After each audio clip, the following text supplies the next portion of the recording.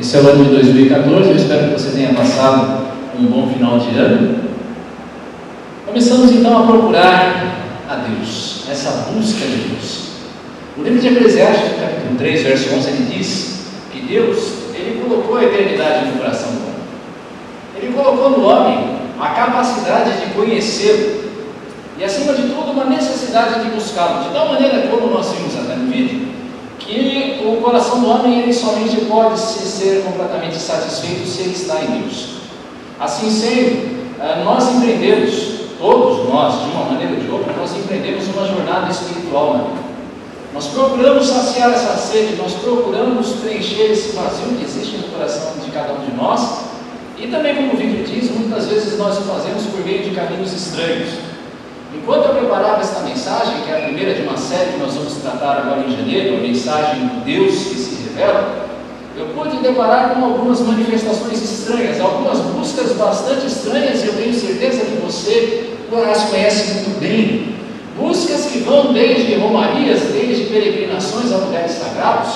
Aqui no Brasil, aqui no estado de São Paulo, as pessoas, em outubro, elas vão à Aparecida, por exemplo, até algumas buscas bastante estranhas.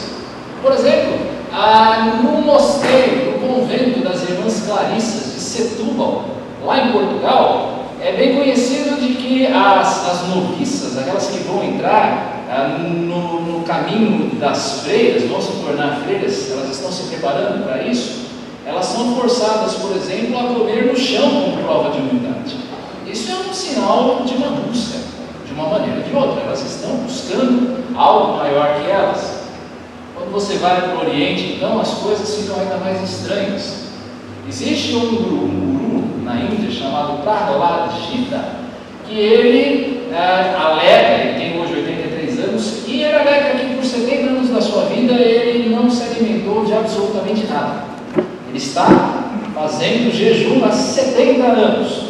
Não se sabe se isso é absoluta verdade, mas, enfim, é o que ele alega, e esta é a busca. É bem conhecido também, muitos de vocês certamente já viram isso na televisão, que nas Filipinas, na época da Semana Santa, as pessoas elas se autoflagelam. Algumas delas se pregam até mesmo em cruzes, como um ritual de louvor, um ritual de adoração ao Cristo que morreu por eles. Eu não sei você. Talvez você não tenha chegado a nenhum desses extremos na sua busca espiritual. Eu acredito aqui, conhecendo pelo menos a maioria de vocês, que nenhum de vocês chegou a tal extremo, mas todos nós temos a nossa busca particular. Você certamente passou por diversos caminhos na sua vida. Mesmo que você tenha nascido num lar evangélico, você passou por um processo até o momento em que você chegou ao ponto final da nossa fé, até o autor e consumador da nossa fé, até chegar a Jesus Cristo. Assim foi comigo. E eu acredito que com você também. Eu já tive a oportunidade de compartilhar aqui com vocês, há 2 ou 3 semanas atrás, um pouco da minha história, do meu testemunho. Eu fui coroinha. Ou quase, não é, mãe? Ou quase isso. Eu fui coroinha. Por muitos anos, todos sábados e quartas-feiras eu ia até no centro espírita, no Jaçanã, para receber paz. Eu ia ouvir as palavras dos médicos, e a senhora deve se lembrar muito bem desse lugar. Por pelo menos um ano, todos os sábados, eu ia numa reunião dos Rosa Cruzes, e essa era a minha busca. E eu sei que você também passou por esse processo. Você deve ter passado por um processo. O que nos une aqui, nós que cremos no Senhor Jesus, é o ponto de chegada. De que a nossa busca, na verdade, essa sede por Deus, ela foi saciada no momento em que nós conhecemos a Deus, em que Deus, Ele se revelou a nós. Porque, de fato, nenhum de nós pode conhecer verdadeiramente a Deus sem que Ele se revele a nós. Nós estamos muito distantes dele, nós estamos separados dele, nós carecemos da glória de Deus, nós estamos separados por um abismo chamado pecado, um abismo que é absolutamente intransponível por nós mesmos, de tal modo que nós procuramos, mas a nossa busca nunca é completamente satisfatória, a menos que o nosso coração se achegue ao porto seguro de Jesus Cristo. Bem, O autor de Hebreus, que é a carta sobre a qual nós meditaremos nessa noite, ele estava preocupado com essas questões. Por quê? Porque muitos dos judeus que haviam sido convertidos, muitos dos judeus que haviam recebido a mensagem do Evangelho, eles agora queriam voltar atrás. Eles achavam que algo mais poderia ser acrescentado a essa busca espiritual, algo mais poderia ser acrescentado ao seu caminho além de Jesus Cristo. Eles achavam que Jesus Cristo, é isso que nós lemos nas entrelinhas da carta, eles achavam que essa coisa de Jesus Cristo ter morrido não era algo suficiente. Era necessário que eles também continuassem nos antigos sacrifícios, nos antigos rituais. O autor de Hebreus ele vai mostrar que não, na verdade Jesus ele é tudo de que você precisa se você quer conhecer a Deus. E eu convido você a abrir a sua Bíblia, por favor, na carta aos Hebreus, capítulo 1, versos 1 a 4. Hebreus, capítulo 1, versos 1 a 4. Hoje você vai usar bastante a sua Bíblia. Vamos tirar o seu mau costume hoje de só confiar no data-show. Hebreus, capítulo 1, versos 1 a 4, que diz assim: havendo Deus, outrora, ou antigamente, falado muitas vezes e de muitas maneiras aos pais pelos profetas, nesses últimos dias nos falou pelo Filho, a quem constituiu o herdeiro de todas as coisas, pelo qual também fez o universo. Ele, que é o resplendor da glória, é a expressão exata do seu ser, sustentando todas as coisas pela palavra do seu poder, depois de ter feito a purificação dos pecados, assentou-se à direita da majestade nas alturas, tendo se tornado tão superior aos anjos quanto herdou mais excelente nome do que eles. A primeira coisa que nos chama a atenção nesse texto é que Deus é um Deus que se revela. No verso 1 nós vemos que Deus outrora falou. Deus de fato falou conosco. Deus, queridos, ele não é um Deus distante. Ele não é um relojoeiro que dá corda no relógio e depois o relógio vai embora e ele fica ali. O relógio continua funcionando sem a interferência do relojoeiro. Existe uma corrente filosófica chamada deísmo que entende assim, que Deus ele criou o universo, Deus estabeleceu regras no universo e que o universo agora funciona independente de Deus. Deus ele está em qualquer outro lugar enquanto o universo funciona, enquanto Deus... Estamos aqui. Mas esse texto não mostra Deus assim. Ele mostra que Deus, ele é um Deus próximo. Ele é um Deus que não se coloca à parte da experiência humana. Deus ele não está longe de você. Deus ele não se colocou distanciado de você de uma maneira que você não possa encontrá-lo. Muito pelo contrário. Deus ele vem ao teu encontro, Deus ele vem ao meu encontro, Deus ele vem ao encontro de cada um de nós. Mas ainda esse versículo nos mostra que Deus ele não é um Deus silente. Ele não está em silêncio. Deus é um Deus que quer se dar a conhecer ao homem. Ele não está se escondendo, ele não está brincando de esconde-esconde com você. Nós sabemos que toda busca, como nós já dissemos, em que Deus não se revele a nós, é uma busca infrutífera. Mas o fato é, Deus quer se dar a conhecer. Abra sua Bíblia, por favor, no Evangelho de João, capítulo 17. Evangelho de João, capítulo 17, verso 3.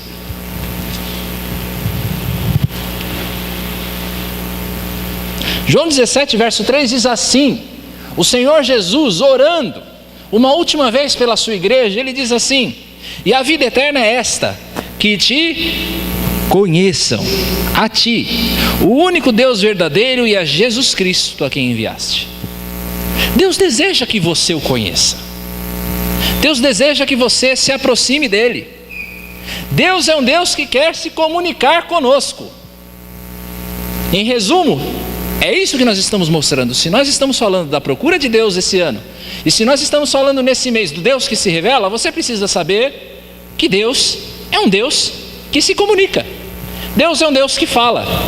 Deus não é uma imagem de gesso, uma imagem de pau e pedra, que você olha para ela, você fala com ela, mas ela não fala com você. Deus fala.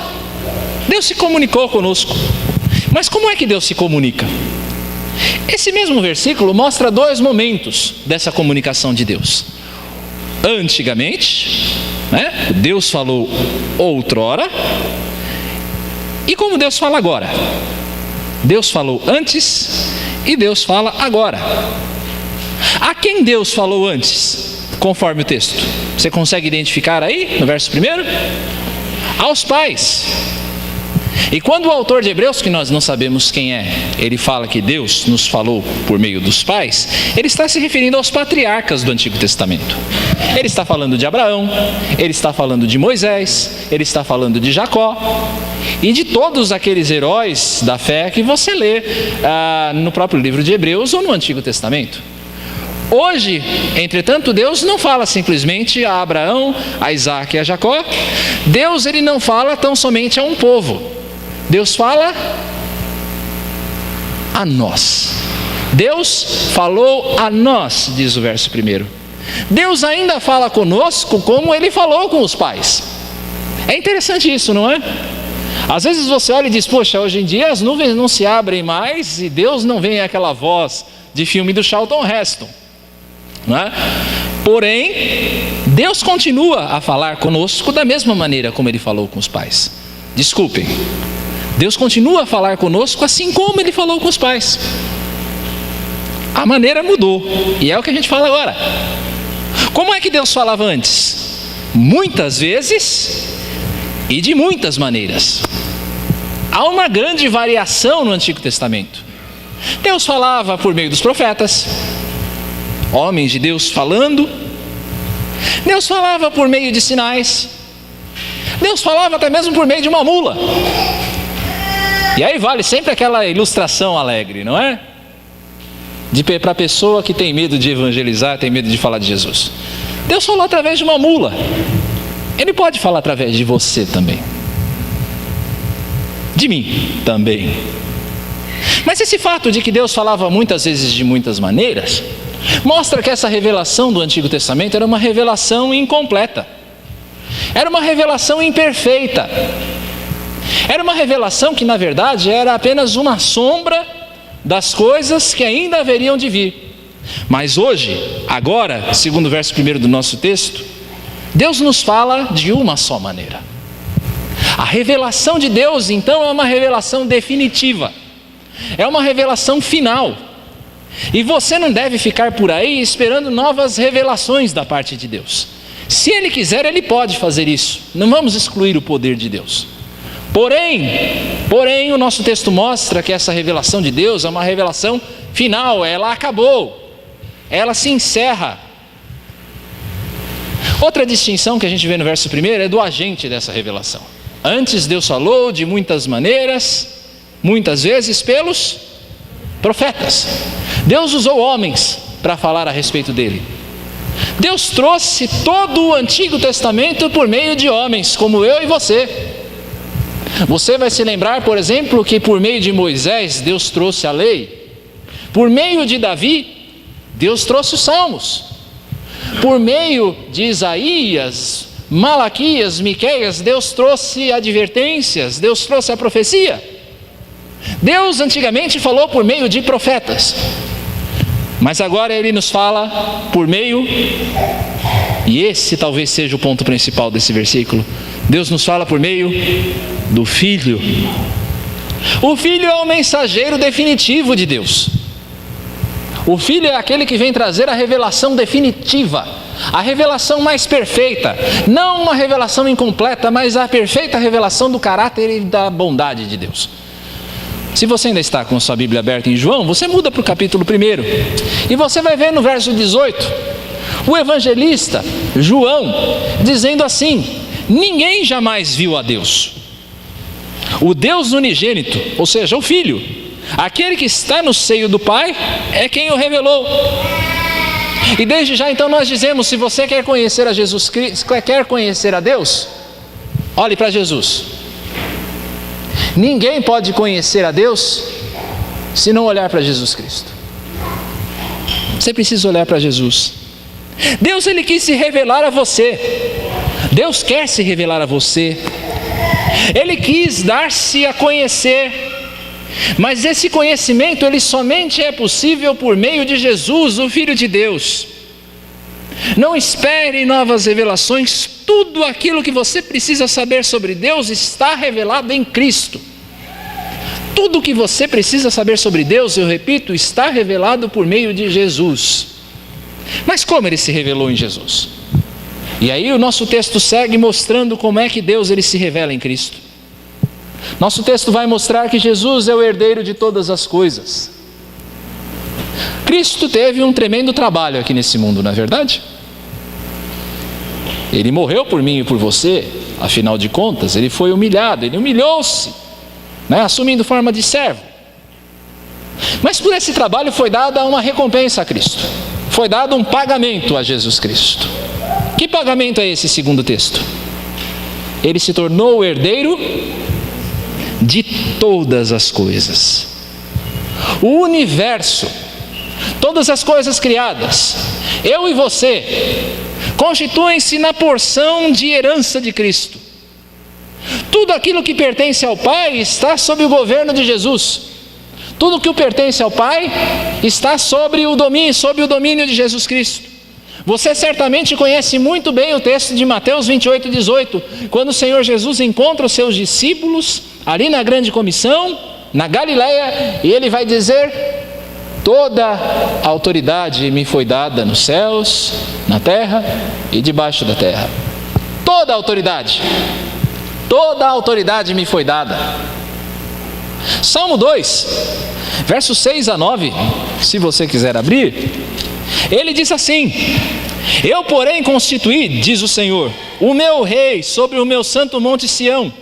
Proclamarei o decreto do Senhor. Ele me disse: tu és meu filho, eu hoje te gerei. Pede-me e eu te darei as nações por herança e as extremidades da terra por tua possessão. Com vara de ferro as regerás e as despedaçarás como um vaso de oleiro. Tudo foi dado a Jesus Cristo, tudo pertence a Ele. De tal maneira que não há como eu e você recebermos a nossa herança se nós não nos relacionarmos com o herdeiro. Se tudo é dele e parte dessa herança está reservada a mim e a você, as tremendas riquezas espirituais sobre as quais o apóstolo Paulo fala na sua carta aos Efésios, se você quer essa parte da herança, você precisa conhecer o herdeiro. Você precisa ter um relacionamento de amor e de amizade com o herdeiro. Isso quer dizer que as promessas da Bíblia, todas as promessas de Deus, elas não se destinam a todas as pessoas. Todas as promessas de paz, alegria, segurança, prosperidade que existem na Bíblia, elas não se aplicam a todas as pessoas. Elas se aplicam àquelas que estão num relacionamento com o herdeiro, com Jesus. Se você não olhar para Jesus, então aquelas promessas não valem para você. Você precisa saber disso. Só vale se por acaso você estiver sob o senhorio do Filho. Mas o texto mostra também que Jesus ele é o co-criador do universo. A Bíblia, ela aponta Jesus como co-criador com o Pai. Você vai ver diversas passagens, por exemplo, Gênesis, capítulo 1, ele vai dizer, por exemplo, Deus vai dizer: faça-se a luz, façam-se os animais, faça-se a terra, façam-se as árvores. Mas quando ele vai falar a respeito do homem, ele vai dizer: quem é bom aí de Bíblia? Façamos. Ele vai mostrar que havia mais alguém com ele. Quando eu chego no Evangelho de João, capítulo 1, versos 1 a 3, aí é que eu vou entender o que quer dizer esse façamos. Porque aí eu olho e ele diz assim: no princípio era o Verbo, e o Verbo estava com Deus, e o Verbo era Deus. Ele estava no princípio com Deus, e aqui é o detalhe importante: todas as coisas foram feitas por intermédio dele, e sem ele nada do que foi feito se fez. É por isso que Jesus, lá em Isaías, ele é chamado profeticamente de Pai da eternidade. Se Deus é eterno, o Pai é eterno, Jesus também é. Eu estou aqui afirmando com todas as letras que Jesus é Deus. Ele não é um mero homem. Jesus era homem, sim, 100% homem, mas ele também era 100% Deus. E isso o torna totalmente digno de louvor e adoração pela perfeição de tudo que foi criado. Quando você olha para a beleza desse mundo, você tem de glorificar a Jesus, porque todas as coisas foram feitas por intermédio dele. Jesus também é, segundo o texto, o resplendor da glória e a exata expressão do ser do Pai. E aqui nós entramos na área do mistério de Deus. Nós estamos falando da Trindade. A Bíblia diz, contrariando a nossa lógica limitada humana, que 3 é igual a 1. 3 é igual a 1. Já se tentou diversas ilustrações para procurar mostrar isso, mas todas elas são totalmente paupérrimas. Quem teve aula comigo de discipulado antigamente, ainda lá na Tenente Agenor Soares, vai lembrar de algumas ilustrações minhas que eu já abandonei. Acho que o Douglas é dessa época. Douglas, a Raquel também. Eu dava algumas ilustrações, mas é totalmente furado. Sabe por quê? Porque é pequeno demais para explicar a Trindade. Desista, você não consegue explicar isso racionalmente. Mas o fato é que é assim, né? É como dizer aquele personagem do Alto da Compadecida, né? Eu não sei, só sei que é assim. Abra lá, por favor, em João, no Evangelho de João, capítulo 14, verso 9.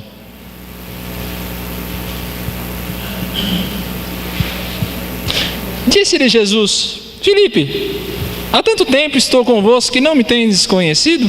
Quem me vê a mim, vê o Pai. Mas peraí, Pai no céu, Jesus na terra, como assim? Mas é assim. Ele está dizendo no texto que Jesus é o resplendor da glória do Pai. O que é essa história de resplendor? Pensa no sol, ok? Ali é a estrela, o sol. Agora pensa no raio, aquela emanação do sol, que não é o sol, mas ao mesmo tempo é sol, porque é a luz do sol. É disso que nós estamos falando quando nós falamos de resplendor. Jesus é esse raio de luz de Deus que chega até nós. É o sol chegando a nós. Eu e você, nós não saberíamos o que é o sol se a sua luz não chegasse a nós. Existem estrelas no universo que apenas os grandes telescópios mostram. Apenas os telescópios potentes como o Hubble, por exemplo, ou o Kepler, eles mostram. Elas existem, só que eu e você não sabemos que elas existem. Por quê? Porque a luz delas não chega a nós. Não chega a mim e a você. Chega ao telescópio, mas a mim e a você ela não chega. Assim é Jesus. É apenas por meio dele que eu e você podemos conhecer a natureza e o caráter do Pai. É apenas por meio de Jesus que nós podemos conhecer quem é Deus, quem é o Pai. Abra, por favor, em Lucas 10, 22. Lucas 10, 22, que diz assim: tudo me foi entregue por meu Pai. E aqui vem o detalhe: ninguém sabe quem é o Filho senão o Pai. E olha aí, e também ninguém sabe quem é o Pai senão o Filho, e aquele a quem o Filho quiser revelar. Ou seja, se Jesus não mostrar para você quem é o Pai, você não pode conhecer a Deus. É só mesmo quando você conhece a Jesus que você conhece quem é Deus. É por Jesus que nós podemos conhecer o amor, a justiça, a santidade do Pai. Quem não conhece a Jesus não conhece ao Pai. Sem Jesus, eu e você, nós somos como cegos tateando no escuro, procurando encontrar a Deus. Já brincou de cabra cega? É isso que você é sem Jesus Cristo. Aquele que tenta encontrar a Deus sem Jesus é alguém que está tateando no escuro. Ele vai andando, vai tateando, vai tropeçando por aí, ele encontra alguma coisa que parece ser Deus, mas não é Deus. Ele não consegue encontrar. É somente por meio de Cristo que nós conhecemos quem é o Pai. Jesus também é o sustentador de todas as coisas. Por causa do pecado, tudo está destinado ao perecimento. Tudo está destinado a perecer. Gênesis 3 mostra que a morte, ela se infiltrou em toda a ordem criada. Nós morremos, as plantas morrem, os animais morrem, aquilo que nós temos também perece. Você compra um carro novo hoje, daqui a 2, 3 anos ele já virou uma lata velha. Por quê? Porque tudo perece. Tudo perece. Só que Jesus, ele reverte a morte. Jesus, ele faz todas as coisas novas. O que é que diz João 3,16? Porque Deus amou o mundo de tal maneira que deu, para que todo aquele que nele crê não pereça. Jesus sustenta todas as coisas pelo seu poder. Aquele que crê nele não perece, mas tem a vida eterna. Porque dele, por ele e para ele são todas as coisas, diz Romanos 11:36. Por ele são todas as coisas. As coisas existem porque ele existe, ele é o sustentador de tudo que há. Jesus é aquele que pode preservar a sua vida, é aquele que pode preservar a sua família. Jesus é aquele que através do Espírito Santo ele sustenta a sua fé. Graças a Jesus, a nossa salvação não está nas nossas mãos frágeis, porque se a salvação estivesse na minha mão, na sua mão, nós estaríamos perdidos. Se a salvação estivesse nas nossas mãos, nós seríamos como aquele a quem foram entregues 2 tartarugas e ele consegue perder uma. Assim somos nós. Mas Jesus, ele nos sustenta. Ele é aquele que é poderoso para guardar o nosso tesouro até o dia final. Hoje eu não vou cantar. Jesus é quem nos purifica dos nossos pecados.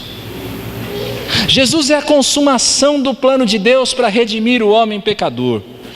Todo o Antigo Testamento você vai reparar, se você estudar a sua Bíblia, e eu recomendo que você o faça ao longo desse ano, você vai entender que o Antigo Testamento é o desenrolar de um plano de Deus para redimir o homem pecador. É a espera de um povo por meio de um Messias que iria libertá-lo. O Antigo Testamento é isso, em resumo da história. No Antigo Testamento, nós falamos que Jesus é aquele que purifica do pecado. O Antigo Testamento, esta purificação era feita pelo derramamento do sangue de uma vítima inocente. Que história é essa? Eu não entendi isso daí. Depois você pode perguntar para mim. Mas no Antigo Testamento era assim que se fazia. Uma vítima inocente tinha que morrer pelo culpado. Agora, no Novo Testamento, quando Jesus vem, ele, para nos purificar, ele não mata uma ovelha, ele não sacrifica um bezerro. Jesus, ele oferece a si mesmo. Hebreus vai mostrar Jesus tanto como sumo sacerdote, como oferta pelo pecado. Jesus é ambos. 1 João 1, verso 7, é um versículo que tem que estar sempre diante dos nossos olhos para que nós resistamos às investidas do inimigo, porque ele diz: se porém andarmos na luz, como ele está na luz, mantemos comunhão uns com os outros, e o sangue de Jesus, seu Filho, nos purifica de alguns pecados, todo pecado. Jesus faz essa purificação pelo seu sangue. O nosso texto mostra também Jesus assentado. Ele diz que ele fez a purificação e ele se assentou. O texto está mostrando que esta purificação, então, é algo definitivo. Porque quando você olha lá para Hebreus capítulo 10, versos 12 a 14, o autor de Hebreus vai dizer assim: Jesus, porém, tendo oferecido para sempre um único sacrifício pelos pecados, assentou-se à destra de Deus, aguardando daí em diante até que os seus inimigos sejam postos por estrado dos seus pés. Porque com uma única oferta aperfeiçoou para sempre quantos estão sendo santificados. Essa purificação é definitiva. Não vão ser necessários novos sacrifícios. Aquele que está em Cristo, aquele que já recebeu a Jesus pela fé, tem os seus pecados perdoados de uma vez por todas. Seus pecados estão definitivamente perdoados. Esta é a mensagem do Evangelho. Esta é a porta da salvação para você. Esse é o convite da graça para cada um de nós. A certeza de que Jesus ele morreu e já entregou a sua vida por nós de uma vez por todas, e você não precisa fazer mais nada. Está pago o preço. Acabou. Jesus ele é a perfeita revelação do Pai. Jesus é a perfeita revelação do Pai. Em seu poder, em seu amor, em sua misericórdia, em sua justiça. Tudo que você vê em Cristo, você vê no Pai. E tudo que você vê no Pai, você vê em Cristo. Não há outro caminho. Não há outro caminho se você quer realmente conhecer a Deus. Se você é alguém que ainda está nessa busca, nessa procura espiritual, esteja você aqui hoje ou esteja você aí na sua casa nos assistindo. Se você quer conhecer realmente a Deus e a vontade dele para a sua vida, se você deseja viver com Deus um relacionamento de amor e paz, olhe para Cristo. Olhe para Cristo. Conheça Jesus. Cristo é o ponto final da sua procura por Deus. É onde o coração ele encontra descanso e certeza. Como diz o apóstolo João, aquele que está em Cristo está no que é verdadeiro. Você provavelmente já buscou a Deus em muitos lugares. Talvez algumas respostas tenham até feito sentido a você, mas ainda assim faltava alguma coisa. É como uma sede que é impossível de se saciar. Se esse é o seu caso, olhe para Jesus. Não é à toa que esse homem Deus, ele dividiu a história do mundo entre antes dele e depois dele. Olhe para Jesus. Quando se conhece a Cristo, a história faz sentido. A minha história, a sua história faz sentido quando nós conhecemos a Jesus. Vem para a fonte de toda a vida e verdade. Vem para a fonte de toda a vida e verdade. Também quem o conhece tem prazer no seu senhorio. Quem conhece a Cristo tem prazer em se submeter a Ele. Essa pessoa sabe que a sua vontade é boa e agradável. Sabe que o amor de Deus se revelou em toda a sua extensão em Jesus. Sabe também quão terrível é o pecado por causa do horror da cruz. Quando você conhece Jesus e você olha para a cruz, você sabe o preço do pecado, quão terrível ele é. Ora, se Deus já se revelou a você em Cristo, se você já conhece a Jesus, se você conhece a Deus por intermédio de Cristo, por que é que você continua a insistir numa vida de pecado? Por que você continua a insistir nos teus pecados se você de fato conhece a Cristo? Lembre-se de que um dia todos nós, eu, você, o mundo inteiro vai ter de dar conta dos nossos atos, dos nossos pensamentos e das nossas palavras diante de Deus. Um dia você vai ter de dar conta de tudo isso. Será que nós poderemos chegar diante dele com as mãos cheias de ingratidão, depois dele se revelar a nós em Cristo? Será que nós poderemos chegar com as nossas mãos ingratas diante dele, após ele se mostrar a nós em Cristo? Será que eu e você vamos poder também chegar diante dele com indecisão? Infelizmente, há crentes que já conheceram a revelação de Deus em Cristo, mas que ainda estão vacilantes na sua fé. Essas pessoas procuram algo mais de Deus. Evangelho, mas é só isso? Deus me amou, Ele me recebeu, acabou? É só isso? Elas esperam algo mais. Precisam de novas revelações, ou precisam que Deus ele prove por nós o seu amor por meio do sobrenatural. Irmão, olhe para Cristo. Se o seu amor, se o caráter de Deus não ficaram evidentes a você por meio de Jesus, se Jesus não é suficiente para você entender que Deus é bom, que Deus é justo, que Deus é misericordioso, que Deus te ama, o que mais vai te convencer? O que mais te convence, se essas coisas não te convencerem? Firme seus pés na rocha da fé, que é Jesus Cristo. Firma o teu pé na rocha, na certeza do caráter de Deus revelado em Cristo. Firme seus pés na confiança no Senhor. A vida é realmente difícil. A vida é difícil. Nós vivemos em lutas todos os dias. Estar em Cristo não é um passaporte para a Disneylândia espiritual. Tem muita gente aí com uma visão errada do que é estar em Cristo. Você está em Cristo e Deus vai te colocar por cabeça e não por cauda. Espera aí, não é um passaporte para uma Disneylândia. É tomar a cruz a cada dia e segui-lo. No entanto, mesmo em meio às lutas, nós sabemos que nós temos no céu um Senhor que cuida de nós, que cuida de você, que sustenta todas as coisas, inclusive a tua vida. Tudo isso pelo seu poder. Você pode confiar em Jesus. Jesus te ouve quando você ora. Ele vê as tuas lágrimas.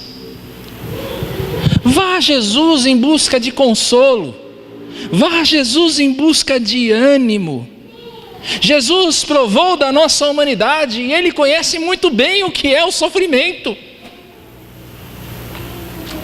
Confie também no perdão dos seus pecados. Se a Bíblia diz que o seu pecado está perdoado, e ela diz, então não há por que você duvidar. Pecado confessado e abandonado, isso é importante. Não basta você só confessar, você tem que estar disposto a abandonar também.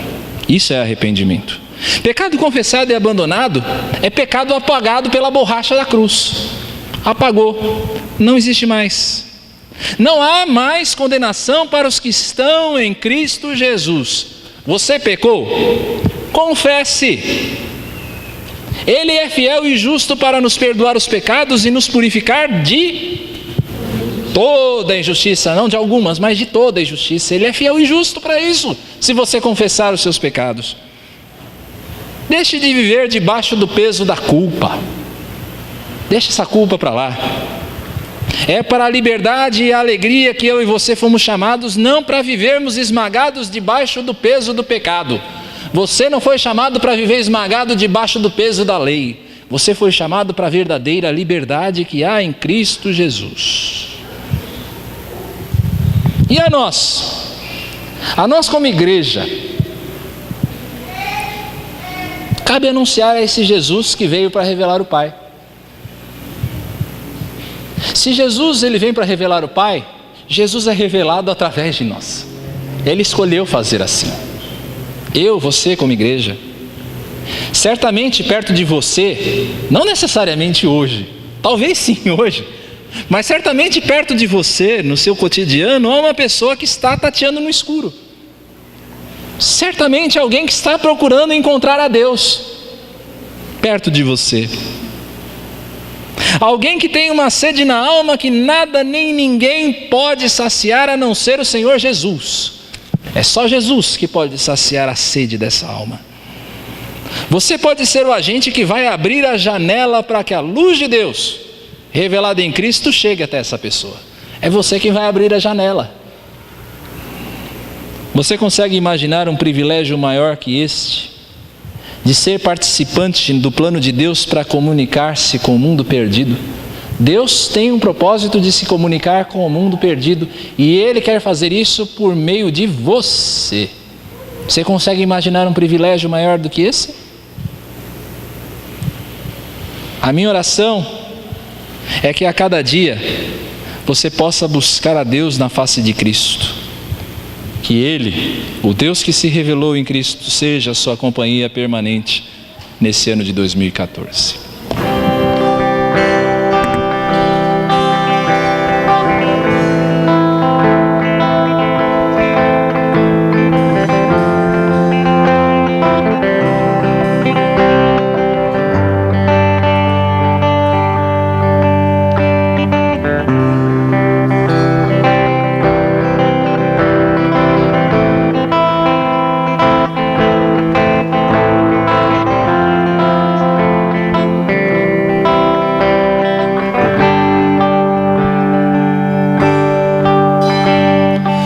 Pela tua graça que salvo estou, da eterna morte me libertou, e não há nada maior que o Senhor.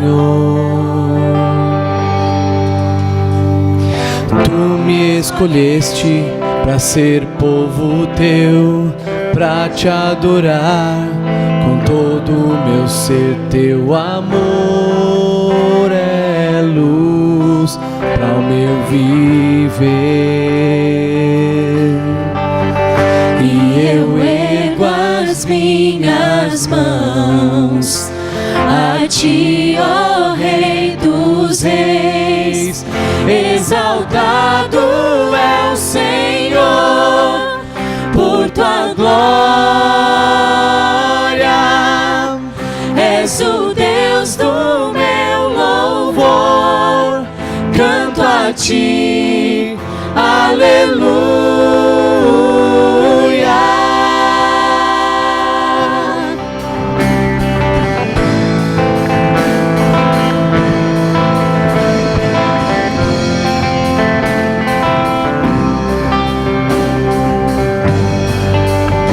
Vamos juntos? Pela tua graça que salvo estou, da eterna morte me libertou, e não há nada maior que o Senhor. Tu me escolheste para ser povo teu, para te adorar com todo o meu ser. Teu amor é luz para o meu viver, e eu ergo as minhas mãos a ti, ó Rei dos Reis.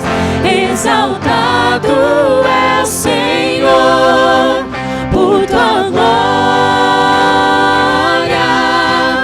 És o Deus do meu louvor.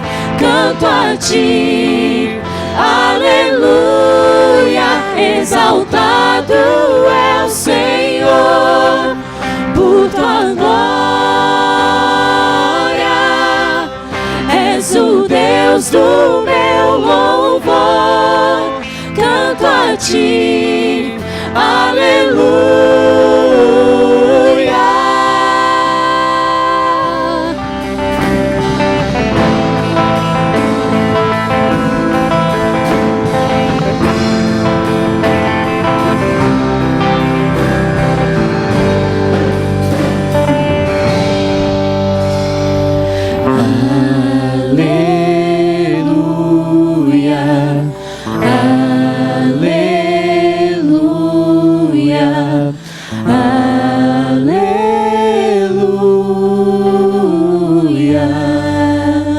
Só a igreja.